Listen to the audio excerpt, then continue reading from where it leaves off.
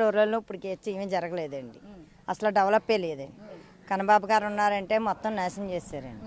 ఇప్పుడు ఎటు వచ్చినా సరే ఒక కాసు మాత్రం ఉందండి, మాకు జనసేన మీదే ఉంది. జనసేన వస్తే మాకు మంచి జరుగుతుంది.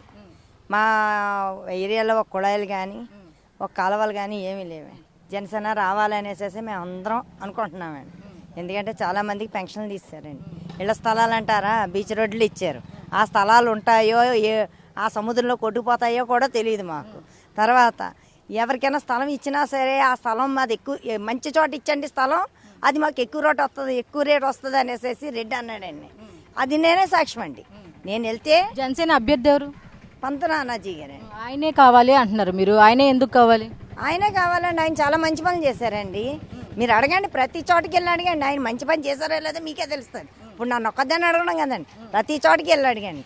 పంత నానాజీ గారికి అన్నది ఒక గుర్తింపు ఉందండి, ఒక మంచితనం ఉందండి. ఆయన మాట ఇచ్చారంటే కంపల్సరిగా మాట చేస్తారన్న మాకు ఒక గుర్తింపు ఉంది. కాబట్టి మేము ఆయనే కావాలని అనుకుంటున్నామండి. వెళ్ళండి, ఒక కాలువల దగ్గరికి వెళ్ళండి, ఒక ఇంటికి ఒక కుళాయి ఉందేమో చూడండి, ఒక నీళ్ళు వెళ్ళే దారి ఉందేమో చూడండి.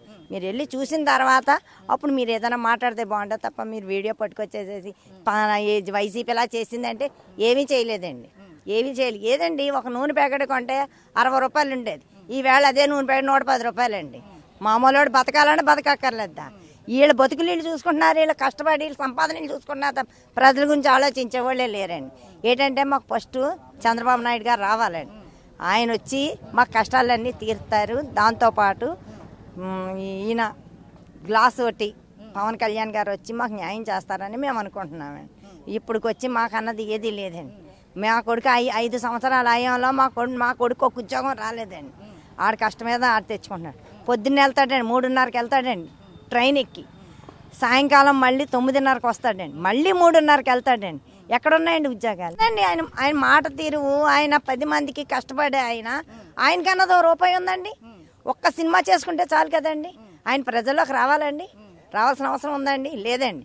ఆయన ఈ రోజున కాలు మీద కాలు వేసుకుంటే తినేయగలరండి, అంతే తప్ప ఆయన చేస్తారన్న నమ్మకం ఆయన మేము చూసామండి. ఒకసారి అరుగు మీద కూర్చుని బ్యాంక్ అకౌంట్లో 1,00,000 రూపాయలు ఎంచుకుని ప్రతిదీ ప్రజలకు రాసి ఇచ్చేసాడండి. నేనే చూశానండి, మీడియాలో చూశానండి. నేను ఎంత అకౌంట్లో ఉందో భార్యని కాకేసండి. ఆ టైంలోనే భార్య గొడవ పడిందండి. మనకన్నది లేకుండా ఎలా చేస్తున్నావేటని అడిగితే నేను మనుషులు అప్పటికి ఇంకా పార్టీయే పెట్టలేదండి. ఆయన పార్టీ పెట్టకుండానే చేశాడు. పార్టీ పెడితే ఏం చేస్తారు? ఆయన గెలిస్తే మాకు ఎంత మంచి జరుగుతుంది. అందుకనేసి మేము అదే రావాలనుకుంటున్నామండి.